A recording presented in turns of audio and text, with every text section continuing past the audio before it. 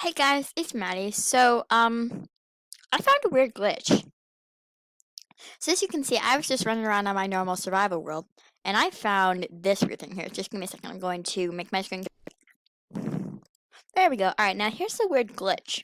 So as you can see, I'm just walking around like this. So take a look and look at this look at this thing. This is my cactus slash garbage dispenser because if you throw stuff into it, it disappears.